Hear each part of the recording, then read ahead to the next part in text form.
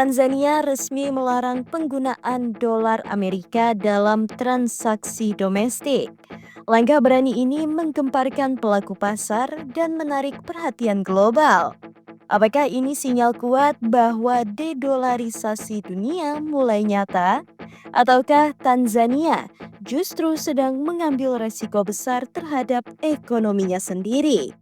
Mari kita bahas lebih dalam. Pada akhir Mei 2025, Presiden Tanzania Samia Suluhu Hassan mengumumkan kebijakan kontroversial. Dolar Amerika Serikat tidak lagi boleh digunakan dalam transaksi di dalam negeri. Hanya mata uang lokal, Siling Tanzania atau TZS, yang kini sah digunakan untuk jual beli dan transaksi bisnis lokal. Pemerintah menilai penggunaan US dollar di pasar domestik sudah terlalu marak dan mulai merusak stabilitas mata uang lokal. Langkah ini tidak datang tiba-tiba.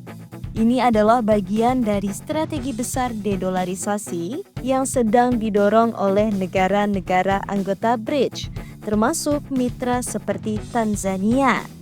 Tujuan utamanya memperkuat nilai dan posisi Siling Tanzania, mengurangi ketergantungan terhadap dolar Amerika Serikat yang dianggap membuat negara mudah terdampak fluktuasi ekonomi global, meningkatkan kedaulatan moneter nasional.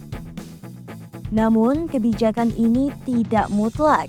Sekretaris Jenderal Kementerian Keuangan Tanzania, Johnson Nyela, menegaskan transaksi dengan klien luar negeri masih boleh menggunakan US dollar.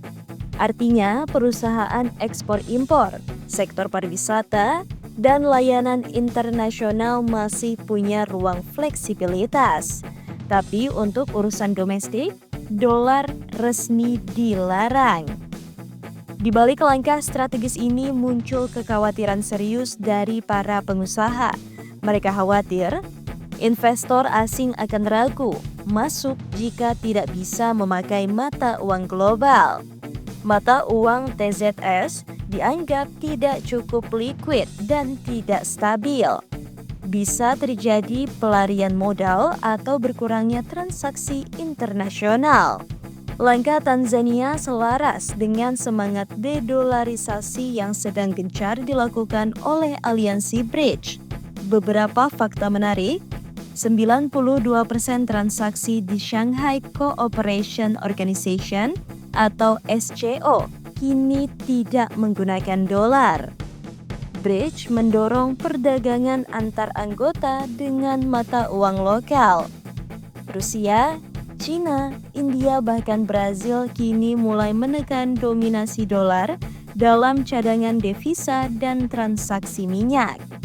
Namun, para pakar ekonomi memperingatkan bahwa transisi dari US dollar bukanlah hal mudah. Beberapa resiko yang dihadapi Tanzania: volatilitas nilai tukar TZS, kemungkinan gejolak pasar dan capital flight, kehilangan kepercayaan investor jika tidak dikelola hati-hati.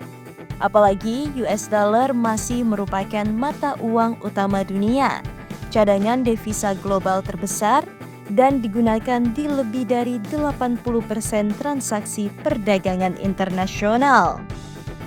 Jika Tanzania berhasil menjaga stabilitas ekonomi dan memperkuat mata uangnya, maka negara ini bisa menjadi contoh sukses dedolarisasi di Afrika.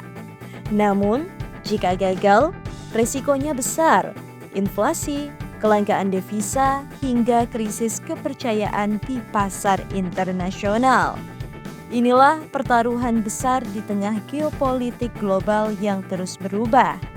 Apakah Tanzania sedang menunjukkan arah baru dunia menuju era perdagangan tanpa dolar? Ataukah ini justru pertaruhan berbahaya bagi ekonomi kecil melawan dominasi mata uang superpower? Waktu akan menjawab.